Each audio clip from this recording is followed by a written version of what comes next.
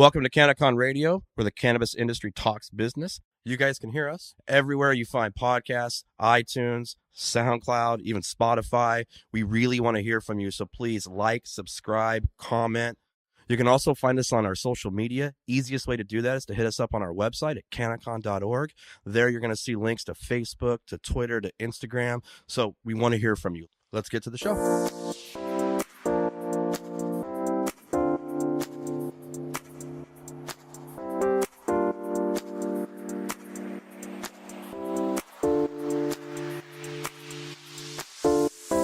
Hey, this is Guy Godfrey coming to you live on CannaCon Radio, live at CannaCon 2019 at the Washington State Convention Center. We're here with Ben from True Terpenes. Guy, thanks for having me on. Hey, thanks for coming to CannaCon. So why don't you tell us a little bit about your company? So True Terpenes is the largest provider of terpenes to the cannabis industry. We focus on offering botanical extractions, meaning that they do not come from cannabis.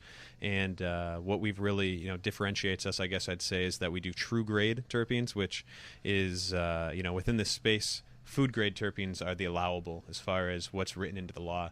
But if you look at the levels that are allowed in food grade for solvents, pesticides, heavy metals, they're much higher than what cannabis actually allows for. So what we've taken upon ourselves to do is we've built a supply chain of botanically derived terpenes that are all at or below the allowable limits for California Phase 3, which is the most strict set of limitations in the whole country for cannabis markets.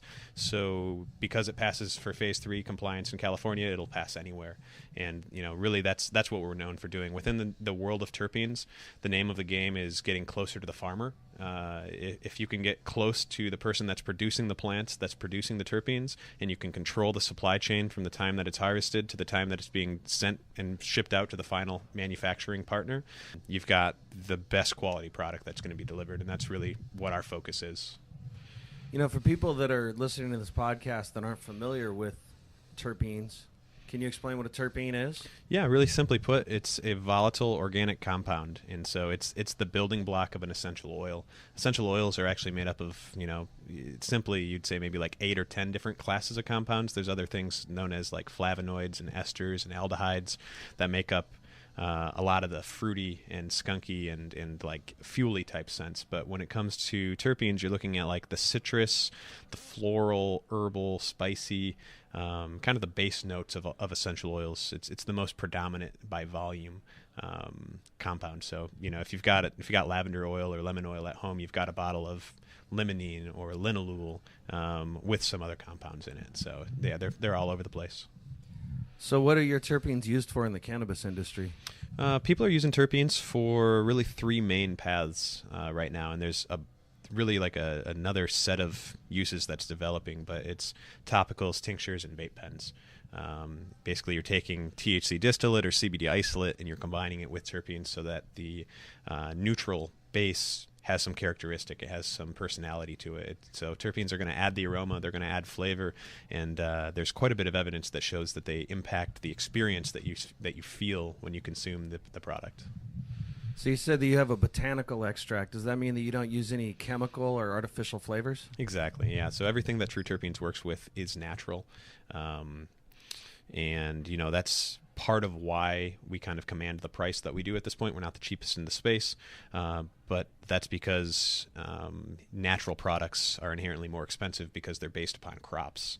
So there's only so much supply that's produced every year, and so there's more demand for it. Whereas if you're working with synthetics, they can be manufactured in a lab, and there's an unlimited supply of them. So, in a developing cannabis marketplace like ours right now, people tend to gravitate towards the more natural products. I anticipate that'll change over time as the industry grows, and just like any other industry, there's synthetics and artificials all over the place. But at this time, the cannabis industry really, especially the legal cannabis industry, there's the kind of fringe doesn't care quite as much. But if you're operating in like a 502 marketplace like we'd be here in Washington, natural is the way to go. So does that limit like the palette that you offer for your flavors? Because obviously with synthetics, you see a lot of sort of bizarre, like they're just trying to make up a taste. It's like cereal brands. Yeah, you just hit the nail on the head. One of the most popular underground cartridges right now, like LA Market is cereal themed. You can get every box of childhood cereal that you could get nostalgic about. They have available. But yeah, it does. I would say to say that it doesn't limit us would be a lie. Because you're right, there's so many opportunities when you're using artificial, but to do the majority of the basics that people kind of expect, like to do a crunch berry, we're not going to get there without artificials. But to do your cherry, your grape, your lime, lemon, strawberry, any of the most common flavors that you would find in a pack of Starburst or Skittles or whatever, that's all doable with natural flavors. Do you think there's an advantage for the actual impact or the effect of the terpenes with natural versus synthetic? I don't think there's any difference.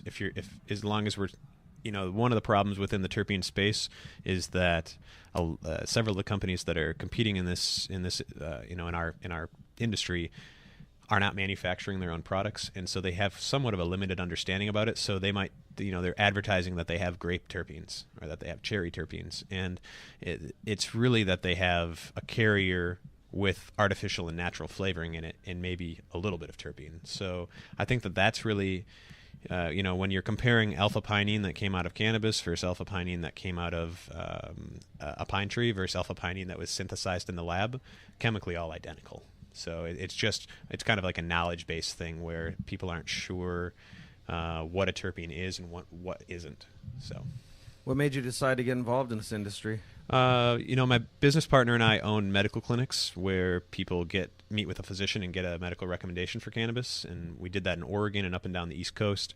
And it was really born out of we started to learn as much about the plant as we could around 2011 because we wanted to help people get like predictable outcomes with their cannabis. And looking at just THC and CBD wasn't enough information for us to help them make a decision off of. So we were just started to learn as much as we could, and then really my partner Chris just realized that there would be so much potential for customized cannabis products within the realm of terpenes. And so in the spirit of finding a niche terpenes within a niche cannabis, we saw a lot of opportunity. And for every 10,000 people that decided they were going to grow or extract, only one decided to go terpenes. So we just saw the lack of potential competition, and then all of the potential as far as the upside. Just decided that this is where we'd stake our claim. That's pretty cool. You enjoying CannaCon? Yeah, I love CannaCon. One of my favorite shows. We'll be at all of them this year. We were at all of them last year. Not only do we always find new clients, but it's a great place where we're able to invite our regionally local clients to come and meet with us, or we go get drinks with them afterwards, that sort of thing. So yeah, we really enjoy these shows. That sounds great. Well, I think that pretty much laid everything out.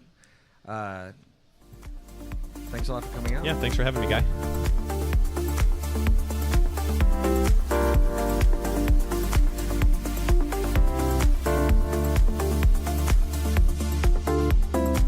You've been listening to CannaCon Radio, where the cannabis industry talks business. Please don't forget that you can find us on iTunes, SoundCloud, Spotify, everywhere else you find podcasts. Don't forget to like, subscribe, and comment. You guys know the drill. You can also find us on our social media. Remember, the easiest way to do that is to hit us up on our website, CannaCon.org. Links are at the bottom, Facebook, Twitter, and Instagram. We really want to hear from you, so please like, subscribe, comment. Until next time, peace. Peace.